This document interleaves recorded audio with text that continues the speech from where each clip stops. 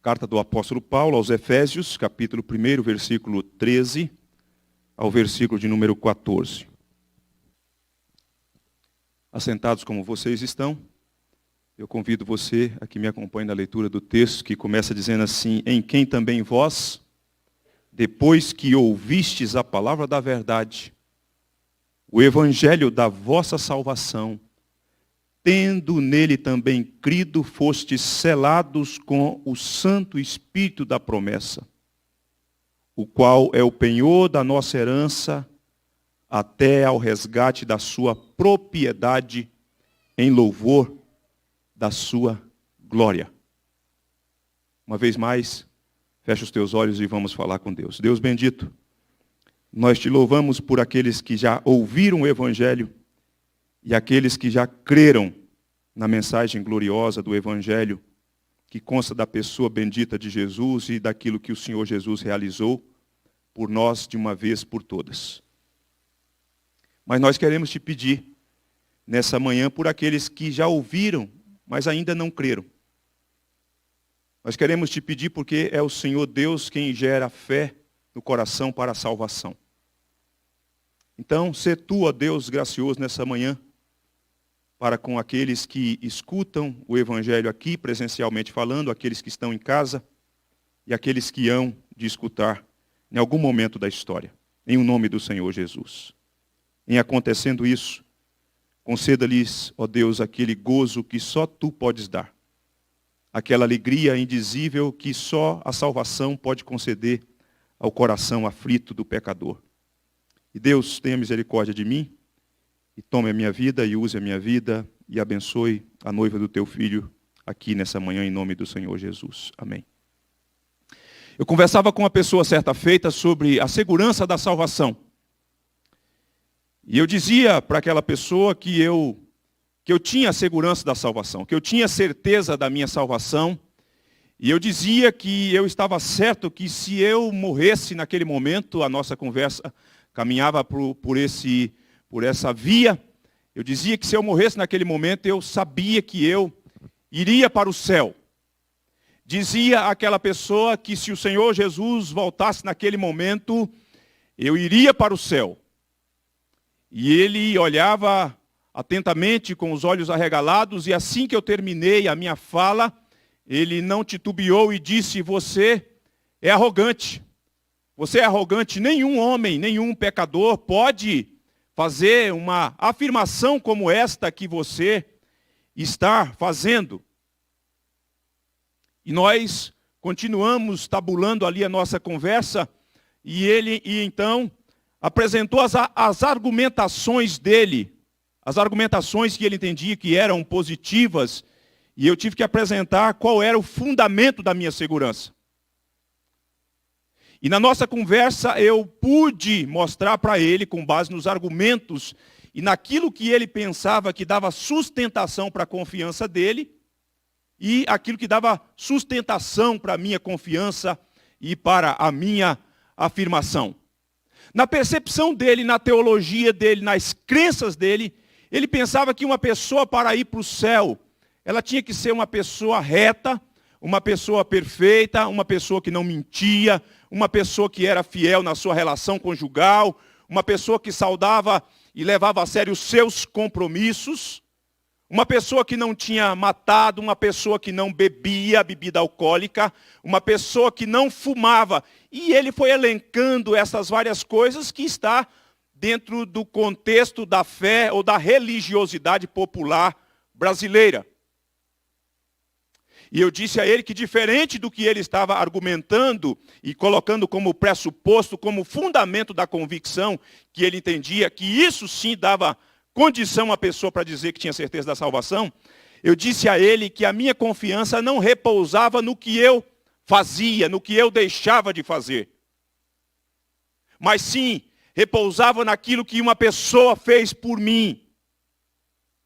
Lá na cruz do Calvário, uma pessoa que assumiu o meu lugar, uma pessoa que, tendo assumido o meu lugar no madeiro, levou os meus pecados, aplacou a ira de Deus e conquistou para mim eterna redenção. Eu disse para ele, portanto, que a minha confiança, a minha segurança não se alicerçava nas minhas virtudes, nos meus méritos, nem nas minhas boas obras, mas na obra exclusiva do Senhor Jesus Cristo.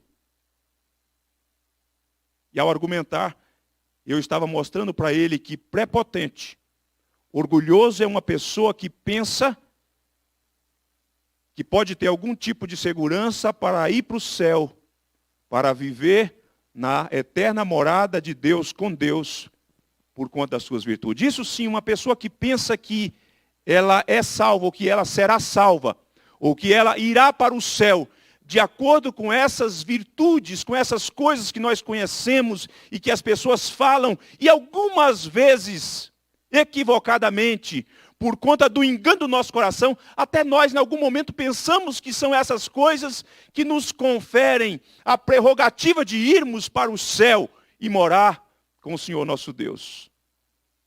É um equívoco. Não é em razão dessas questões. É em razão da obra exclusiva do Senhor Jesus Cristo. E se tem um texto dos muitos textos que nós temos que pavimentam, que solidificam essa verdade da segurança da salvação, esse texto que Paulo está fechando a sua argumentação sobre a salvação, é um texto que traz muito alento para o nosso coração, irmãos. Esse texto é um texto consolador, é um texto no qual nós devemos nos apegar, nós devemos conhecer e deixar com que ele faça parte da nossa existência, esteja entranhado nas nossas vísceras, no nosso coração, na nossa mente. A nossa vida precisa estar encharcada das Escrituras, e esta porção da Escritura é uma porção que não pode faltar, que não pode fugir do radar do nosso conhecimento e das nossas convicções. O apóstolo Paulo, nessa carta, ele vem argumentando sobre a salvação. E ele vem na sua argumentação, mostrando para a igreja de Éfeso, esta obra maravilhosa. Ele já começa o capítulo de número 1, versículo 3, dizendo: bendito Deus e Pai de nosso Senhor Jesus Cristo, que nos tem abençoado com toda sorte de bênção espiritual nas regiões celestiais em Cristo. E aí ele diz: assim como nos escolheu nele, antes da fundação do mundo. Só aqui nós já temos um alicerce da segurança da salvação. Qual seja, Deus nos escolheu antes da fundação do mundo. Antes de você e eu, de nascermos, de virmos a este mundo, Deus havia nos escolhido em Cristo, nos escolhido para sermos seus filhos, membros da sua família. Então, no fato de que Deus o Pai nos escolheu e nos amou com amor eterno, já é um alicerce profundo, sólido, para dizer para alguém que respondeu a mensagem do Evangelho que ela pode sim ter a certeza da salvação. Porque essa pessoa que nos escolheu é uma pessoa eterna. Essa pessoa que nos escolheu é uma pessoa fiel. Essa pessoa que nos escolheu é imutável. É imutável que a decisão que ela tomou, que essa pessoa tomou, a pessoa de Deus, o Pai, e que consta nos seus decretos, é algo que você precisa conhecer, é algo que você precisa assimilar, porque nos momentos dos embates da vida, das dúvidas que assaltam o nosso coração, você precisa trazer à memória esta verdade gloriosa do que Deus Pai fez. Então veja que essa verdade a priori, ela está fora de nós, ela é atemporal, ela aconteceu antes de Deus lançar os fundamentos do mundo. Mas você vai perceber que na construção, na argumentação de Paulo, Paulo vai dizer que Deus o Pai contemplou o Deus o Filho nessa redenção, para mostrar que as três pessoas da Trindade, Deus Pai, Deus Filho, Deus Espírito Santo, estão envolvidas na nossa salvação eterna. Porque tendo o Pai escolhido-nos na eternidade, Ele enviou o seu Filho Jesus no tempo, na história. Ele se fez um de nós. E ao ter se encarnado, ter se feito um de nós, Ele foi para a cruz. E na cruz morreu a nossa morte, na cruz levou as nossas culpas, na cruz fez aquilo que nós não poderíamos fazer e assegurou-nos definitivamente eterna redenção no amado Jesus Cristo, o Filho eterno de Deus. E agora, portanto, Paulo caminha e fala da pessoa bendita do Espírito Santo, que também está envolvida na nossa salvação. É Deus o Pai, Deus Filho e Deus Espírito Santo. Não tem como dar errado. Não tem como dar errado. É um plano eterno. É um plano gracioso. É um plano soberano de Deus.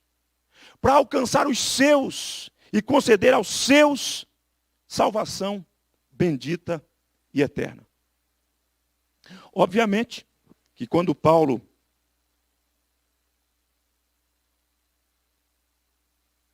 faz essa maravilhosa, essa graciosa argumentação, Paulo está com isso mostrando que a salvação é uma ação soberana, exclusiva de Deus.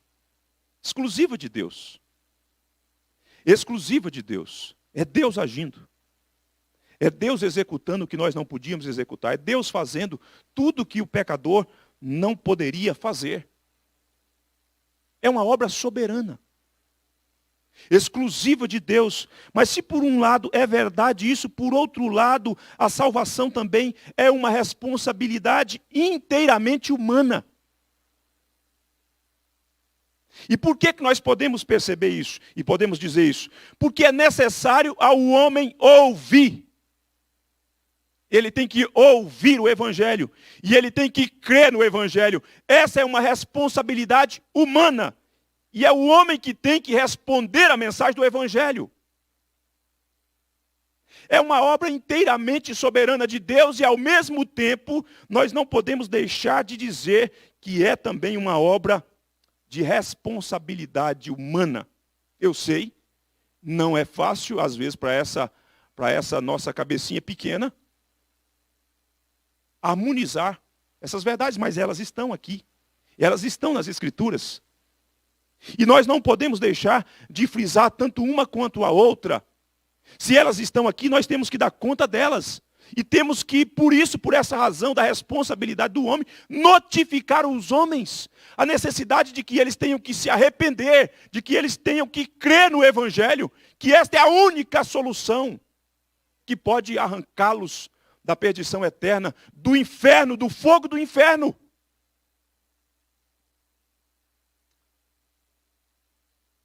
E é o teólogo britânico John Stott que diz o seguinte: que ninguém diga que a doutrina da eleição pela soberana vontade e misericórdia de Deus, por mais misteriosa que seja, torna desnecessário o evangelismo ou a fé, disse John Stott. Eu vou repetir. John Stott diz que ninguém diga que a doutrina da eleição pela soberana vontade e misericórdia de Deus, por mais misteriosa que seja, torna desnecessário o evangelismo ou a fé. Pelo contrário, a doutrina da eleição faz todo sentido para a igreja cumprir a sua missão evangelística. E faz todo sentido dentro do âmbito que o evangelho reivindica do homem arrependimento e fé. É necessário a igreja pregar o evangelho. A igreja levar as boas novas do evangelho. E é necessário igualmente que aqueles que ouvem o evangelho creiam e se arrependam para que possam receber o perdão de Deus e a vida eterna que é oferecida em Jesus Cristo, nosso Senhor. O que Paulo está fazendo, portanto, nesses dois últimos versículos, ele está mostrando que os efésios tiveram que ouvir. Vejam vocês que o texto diz assim: em quem também vós, depois que ouvistes. Obviamente que essa introdução do versículo 13 está amarrada, conectada ao versículo 12, quando ele finaliza o 12 dizendo assim, o versículo 12 diz assim: a fim de sermos para louvor da sua glória, nós, muito provavelmente fazendo alusão aos judeus, Paulo era um judeu, nós os que de antemão esperamos em Cristo. E aí ele faz a transição, a amarração para aqueles irmãos que pertenciam à igreja de Éfeso, gentios. E ele diz, em quem também vós, nós judeus, em quem também vós, gentios, depois que ouvistes a palavra da verdade, o evangelho da vossa salvação. Só que para ouvir, isso pressupõe uma outra coisa. Qual seja? Pressupõe que a igreja tem que pregar o evangelho. Para que o evangelho chegasse à cidade de Éfeso, alguém teve que levar o evangelho à cidade de Éfeso. As boas novas tiveram que chegar lá. A palavra da verdade teve que ser conhecida naquele contexto, para destronar a mentira que reina e que faz com que as pessoas fiquem iludidas, enganadas nas suas trevas, nos seus pecados, nas suas malignidades. A palavra da verdade, o evangelho da salvação, teve que ser conhecido, teve que ser ouvido pelas pessoas, pela cidade de Éfeso. E ali, pessoas que ouviram, vieram a depositar a sua confiança no Senhor Jesus Cristo. Os efésios tiveram que ouvir, mas antes de ouvir, teve que ter uma dinâmica, uma diligência de pessoas que já tinham recebido o evangelho, que entenderam que a ordem do rei dos reis, do Senhor dos senhores, daquele que está sentado à direita de Deus o Pai, precisa ser cumprida. O evangelho precisa ser anunciado. O evangelho precisa chegar às pessoas para que elas sejam notificadas, para que elas saibam do grande amor de Deus.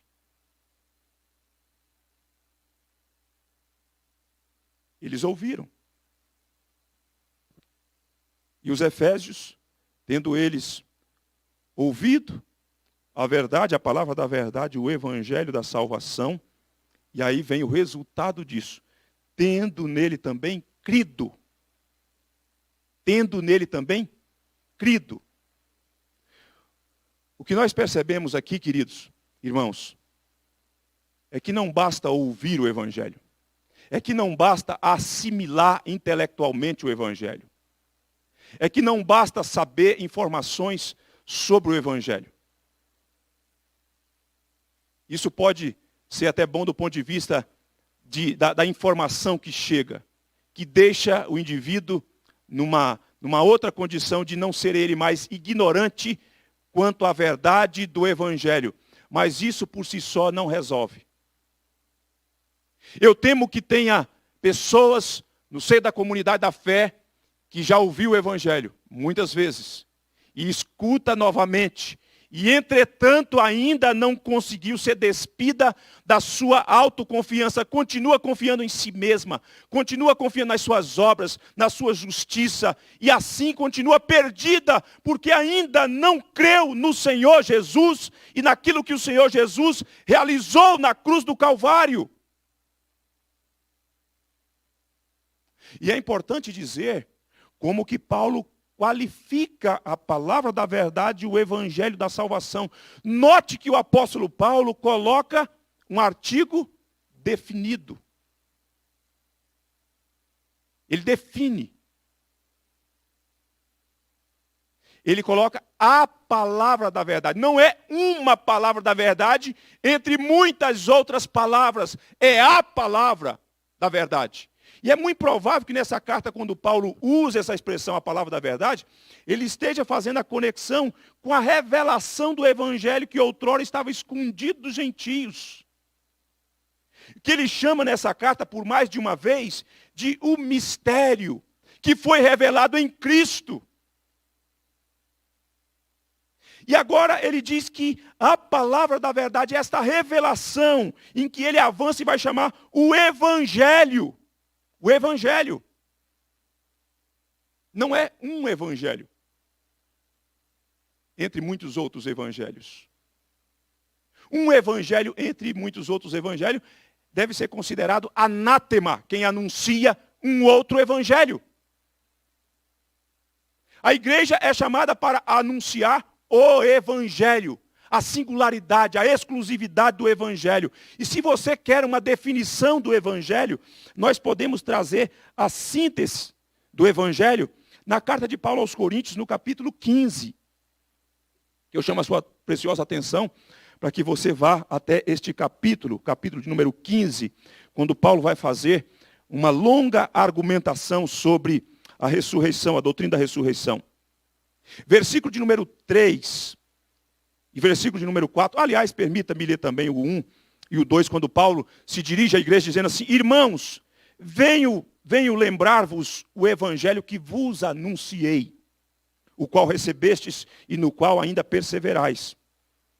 Por ele também sois salvos se retiverdes a palavra tal como vos-la preguei, a menos que tenhais crido em vão. E aí Paulo diz assim: antes de tudo, vos entreguei o que também recebi. Agora veja só que Paulo vai sintetizar o evangelho. Que Cristo morreu pelos nossos pecados, segundo as Escrituras, e que foi sepultado e ressuscitou ao terceiro dia, segundo as Escrituras. O evangelho é a pessoa do Senhor Jesus Cristo e aquilo que o Senhor Jesus Cristo realizou.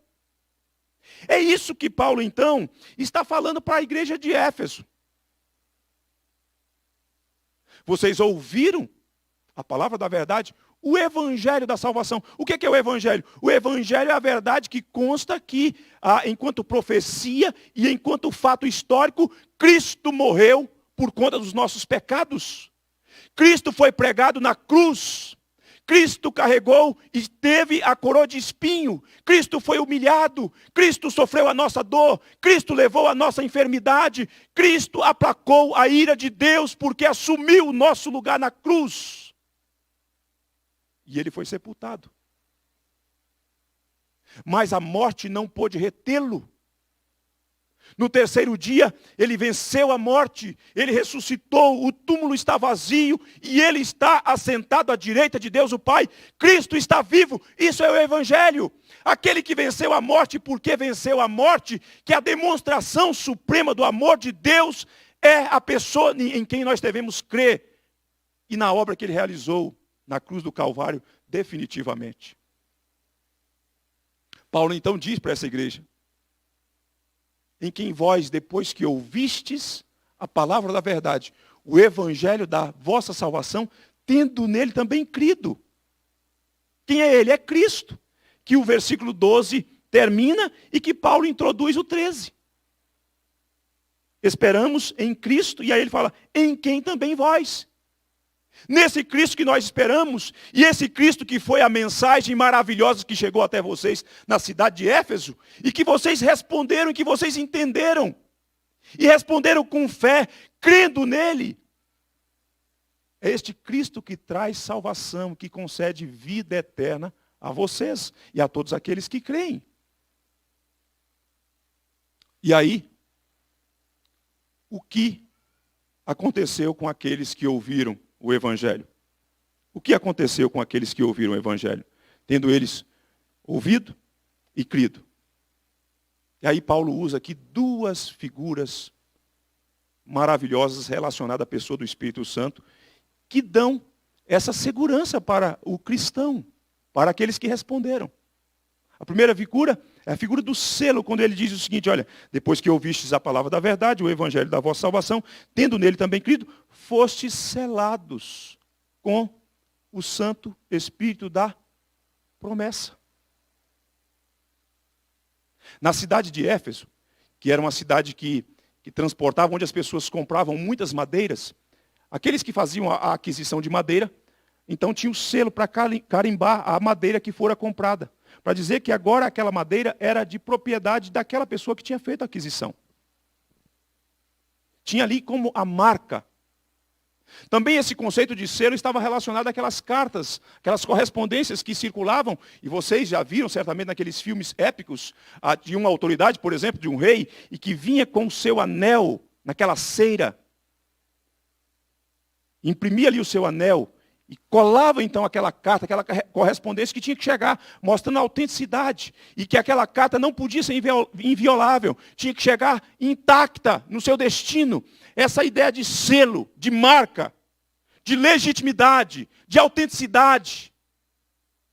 Mas mais do que isso, dentro desse contexto, esse conceito, selados com o Espírito, tem a ver com a propriedade exclusiva. O que Paulo está dizendo que depois que aqueles irmãos ouviram o Evangelho, depois que aqueles irmãos creram no Evangelho, eles agora são propriedades exclusivas de Deus. Eles pertencem a Deus, eles têm a marca de Deus. E a marca de Deus no cristão é a terceira pessoa da Trindade, é o Espírito Santo de Deus. Quando então um cristão que respondeu ao Evangelho diz, eu creio que eu vou para o céu, se morrer, se Cristo voltar agora, não importa de que jeito é. O certo é que eu vou para o céu, porque eu sou propriedade de Deus. Eu pertenço a Deus. Eu tenho a marca de Deus. E a marca de Deus é a terceira pessoa, a pessoa bendita da Santíssima Trindade, o Espírito Santo da promessa. E ao fazer a menção de que os cristãos foram selados com o Santo Espírito da promessa, bem provavelmente Paulo está fazendo alusão àquilo que os profetas falaram sobre a vinda do Espírito Santo, que ele haveria de vir, que ele haveria de estar na igreja, que ele haveria de habitar os crentes. A promessa essa que foi enfatizada também por João Batista, depois pelo próprio Senhor Jesus, antes de ser assunto aos céus, ele falou para os crentes.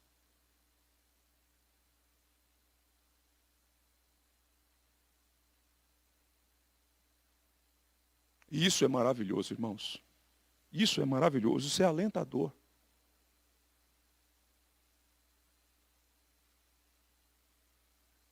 Vocês sabem que, a título de exemplificação, que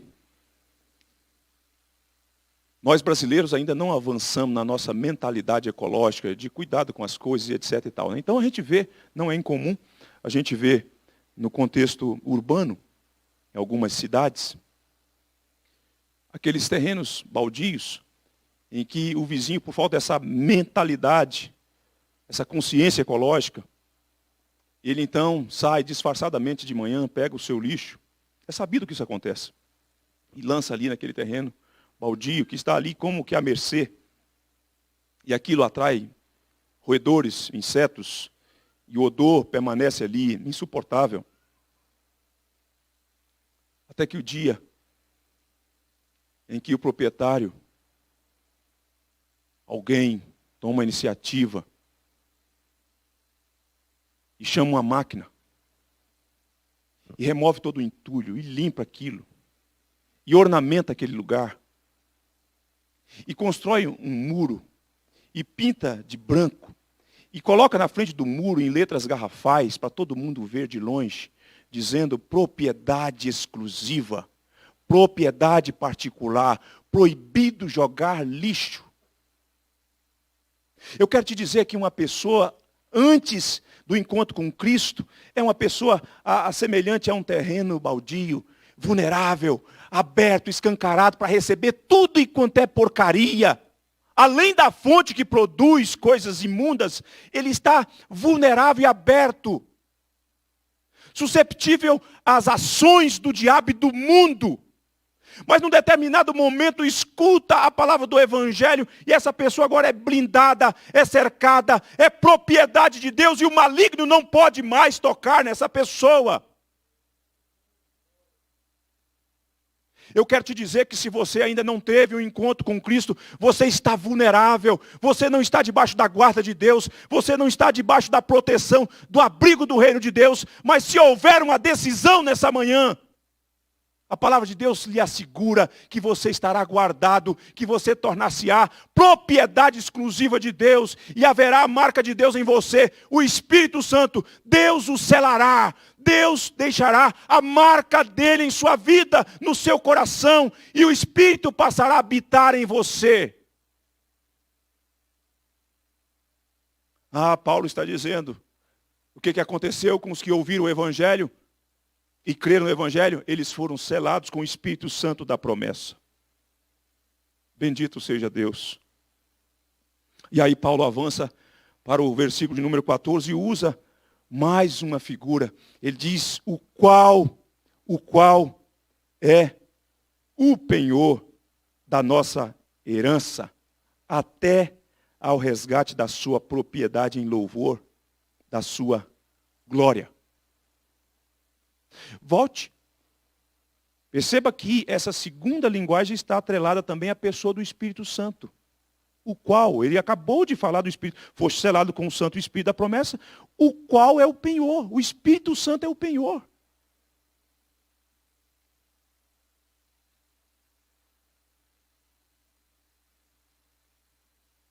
Eu fico impressionado com esse texto, porque nós fizemos na introdução uma pequena descrição de quem é Deus, pontuando pelo menos 3 atributos de Deus. Deus é eterno. Quem é a pessoa que te escolheu antes da fundação do mundo? É a pessoa eterna, Deus. Pessoa não criada. O que ele é mais, eu disse? Ele é? Estão aqui comigo? Ele é fiel. Terceiro atributo que eu mencionei, ele é imutável. Estamos falando de prerrogativas, de características de Deus. Mas é esse Deus que, quando nós cremos, que nos selou com o seu Espírito Santo, disse: eu quero deixar uma garantia que eu não mudo, eu não volto atrás. Eu não volto atrás. Você é fraco mesmo, você titubeia mesmo, o que você fala comigo nem sempre você cumpre, mas eu não volto atrás. Eu não volto atrás. E eu quero deixar uma garantia para você, para que você saiba que este plano vai ser concretizado minuciosamente, todos os detalhes, nada deixará de ser cumprido e de ser realizado. Aquele que começou boa obra em vós, há de completá-la até o dia de Cristo Jesus. E eu quero deixar para você, seu pecador, o meu Espírito como penhor, como garantia.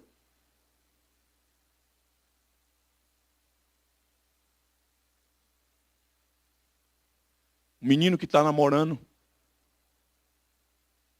em determinado momento, chega para a moça e fala: a partir de hoje eu quero avançar.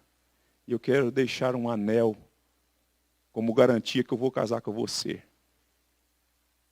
Claro que todos esses exemplos que nós usamos, às vezes, é muito aquém, né? Mas o anel de noivado é alguma coisa, não é o casamento, o anel de noivado não é o casamento, mas é para dizer o seguinte: nós vamos levar adiante, nós vamos consumar. Eu empenho a minha palavra, eu deixo esse anel, essa joia aqui com você.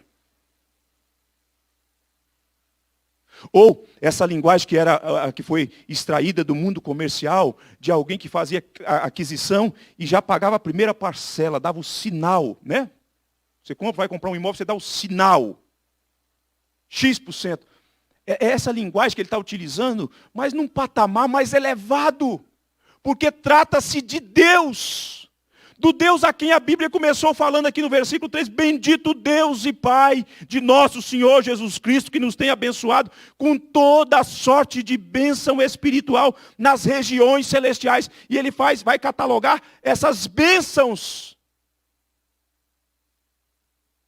E de repente ele diz: esse Deus que nos selou com o seu Espírito, nos doou o seu Espírito, nos deu o seu Espírito como garantia da nossa herança.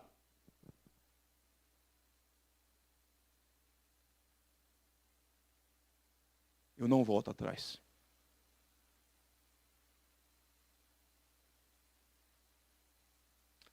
E note, irmãos, como nós temos na nossa Bíblia, o texto diz assim: o qual é o penhor da nossa herança até o resgate.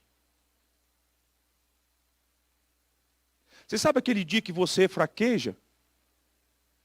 Que você está enfraquecido? Aquele dia o Espírito não sai e deixa você sozinho, não. Ele é o penhor até o resgate. Não é por um momento, não é por uma circunstância, não é para aquele momento em que você está no topo da vida cristã. É nos momentos também dos vales da vida, das fraquezas, das dúvidas. Aquele momento que a gente vai como que cambaleando rumo ao céu. É nesse dia também até o resgate.